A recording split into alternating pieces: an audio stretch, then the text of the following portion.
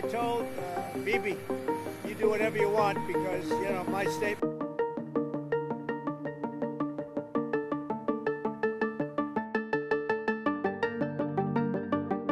On his second term comeback, President Donald Trump is doing what he knows best branding. But this time, it's not a hotel or wine bottle, it's America itself. From renaming the Gulf of Mexico to restoring controversial military base names, Trump's moves have sparked nationwide debate. So, why is he doing it? Let's break it down.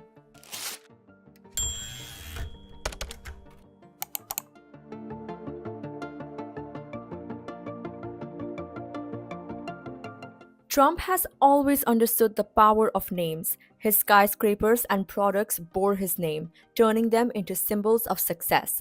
Now he's taking it a step further, rebranding America's landmarks. It started with a bold move, signing an order to rename the Gulf of Mexico the Gulf of America. But that's just the beginning. He also wants to revert Denali back to Mount McKinley, and Fort Bragg, named for a Confederate general, could be renamed again to honor a World War II soldier instead.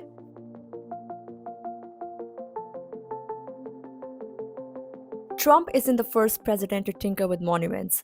Barack Obama renamed Mount McKinley to Denali after years of Alaskan lobbying. Meanwhile, George W. Bush renamed Puerto Rico's Caribbean National Forest to El Yunque to honor the local heritage. But Trump's renaming effort is different. His choices align with his nationalist and imperialist vision, where America's history is framed around strength, expansion, and nationalism.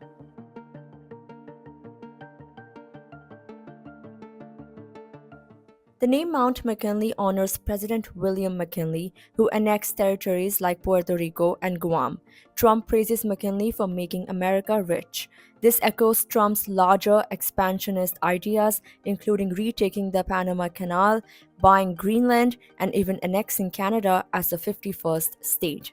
The renaming of Fort Bragg is another flashpoint. Originally named after Confederate General Braxton Bragg, it was changed during the 2020 racial justice movement to Fort Liberty. But Trump's administration has now proposed a return to the name Fort Bragg, but honoring a different soldier, Private First Class Ronald Bragg, a hero from World War II.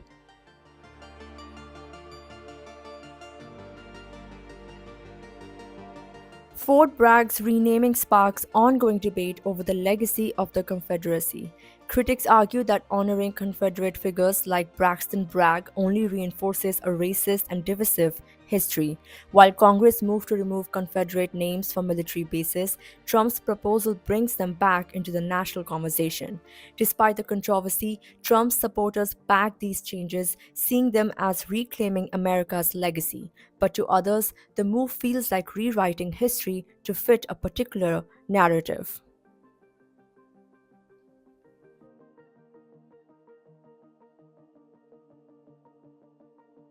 Trump's renaming efforts have stirred up national emotions. A poll showed 71% of Americans didn't support changing the Gulf of Mexico's name. In Alaska, only 47% of Trump's voters supported the shift back to Mount McKinley, with many Alaskans opposing the idea. For those living near Fort Bragg, the name change feels like a loss of history and personal connection.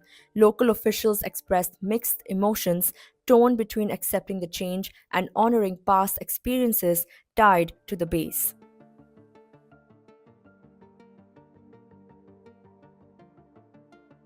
The renaming efforts also raise issues about control over historical memory. Trump's critics argue that these changes push a specific vision of America that erases other narratives. Whether it's a legacy of Native Americans or the fight for racial justice, these names changes suggest that the past can be rewritten for political gain. In fact, even Google Maps is getting involved, displaying the new Gulf of America for US users. The name change even sparked tension with the Associated Press, which refused to adopt it in their style guide. The White House blocked an AP reporter from entering the Oval Office over the dispute.